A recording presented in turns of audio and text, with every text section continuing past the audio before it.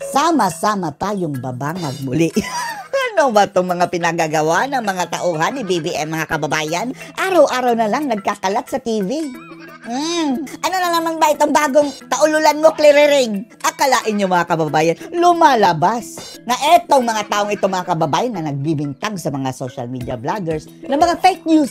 Ay siya pala, mga kababayan, ang numero unong fake news.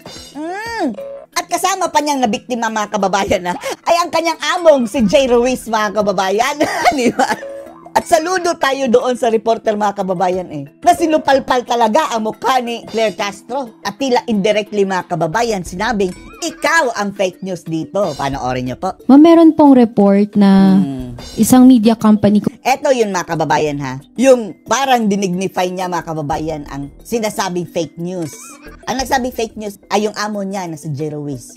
Kung saan isa sa co-founder, si Jay Ruiz, ang nakakuha ng 206 million na halaga ng kontrata mula sa PCSO. Ilang buwan bago po siya maging PCO secretary. Hindi pa po ba nagda-divest si Secretary Jay?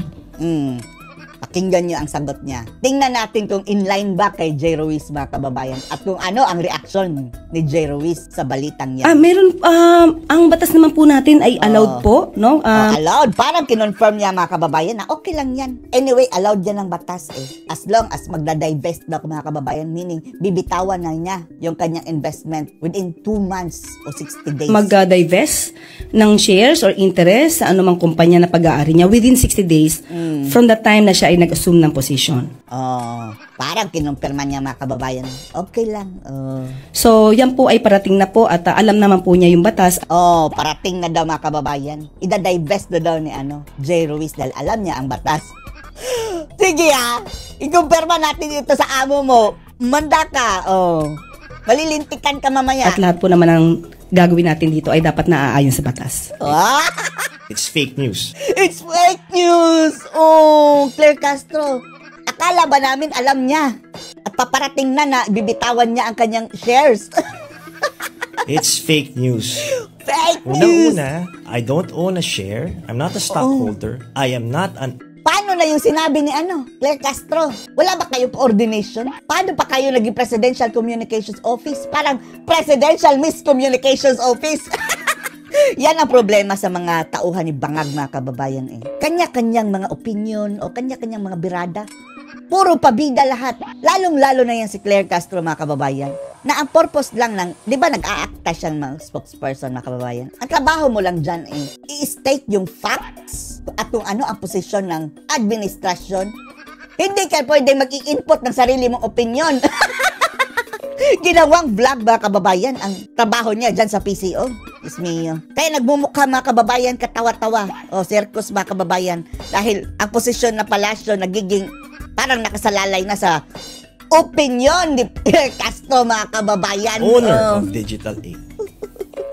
I was an authorized representative to represent the company in the joint venture agreement between IBC 13, DG8. Wala naman pala daw siyang investment, Claire Castro. Bakit ang sabi mo, parating na rin yan, bibitawan na rin yan. Sooner or later, alam niya ang batas. And PCSO. Po ba tayong mga... Sino ang sinungaling dito? Sa inyong dalawa, Claire Castro at Jay Ruiz. Isa pa ito, mga kababayan. Yun ang unang fake news si Claire Castro. Ito naman, mga kababayan. Good job sa reporter na ito na nasupalpal sa mukha si Claire Castro. Ebidensya, mga documented na magpapatotoong itong mga vloggers na ito, itong particular na lumalabas sa document, talaga pong mga troll armies ito, mga fake news lamang yung kanilang... Fake news.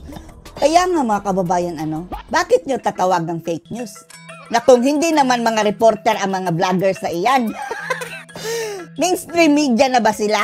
At karamihan sa mga vloggers, mga kababayan, kagaya natin, ay naglalabas lang ng kanyang opinion. So, paano naging news?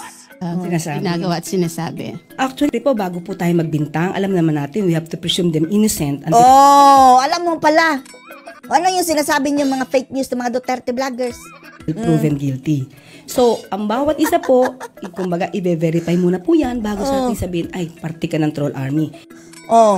Tapos yung kakampi nyo na sina Barbers, yung tuwad kong, Sinabi ng narco vloggers at pogo vloggers, yung 40 mga kababayan na inimbitahan sa Quadcom. Alam niyo pala eh. Kasi wala pa po tayong batas patungkol sa sinasabing troll army. Ito lang ay mere description kung paano yung kanilang ginagawa.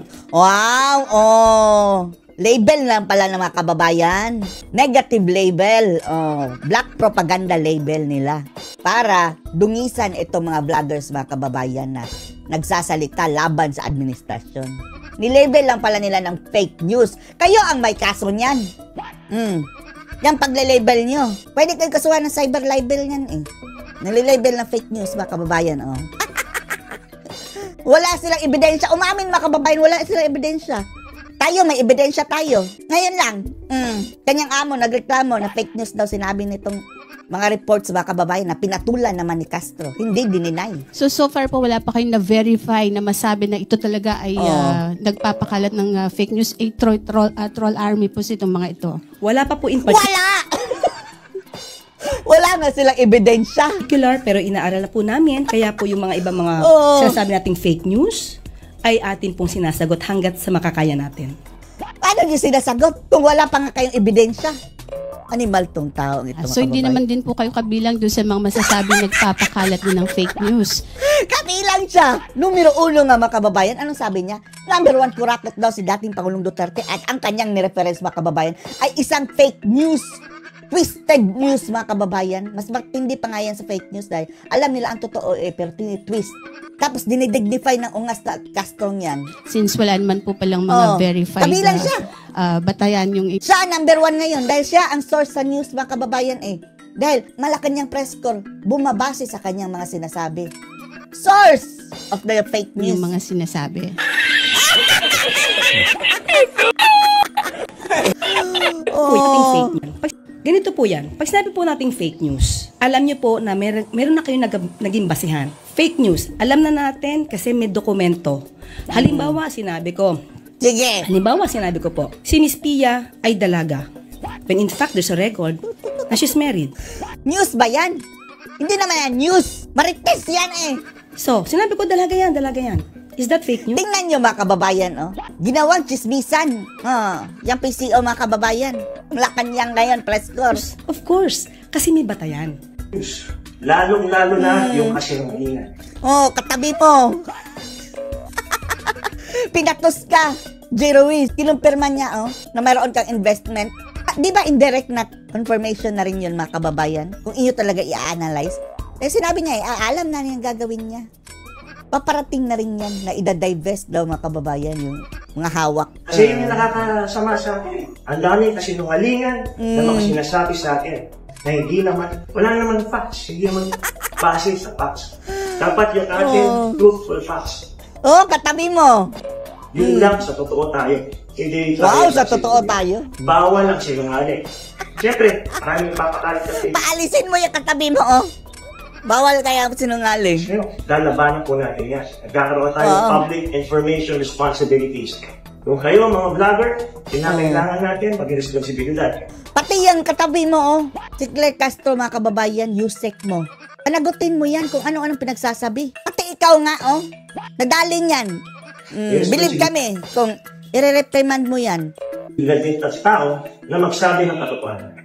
So, ito, tayo sa PCO, alam kong malaki ang may tutulong. Sibak na naman itong dalawa mga kababayan. Ano ba itong PCO? Ito na siguro ang pinaka mahirap na trabaho dyan under sa Marcos administration mga kababayan. Dahil ang trabaho nila mga kababayan, ibenta ang kanilang Pangulo. I-promote ang kanilang Pangulo. Pabanguhin ang kanilang Pangulo. Mabantot na Kaya kung sino-sino mga kababayan, kapag sasablay, palitan agad. Kahit pa araw-araw kayo magpalit ng tauhan dyan kung yung presidente mismo ang may problema, hindi nyo yan mabibenta. Ano masasabi nyo dito mga kababayan? Post your comments below.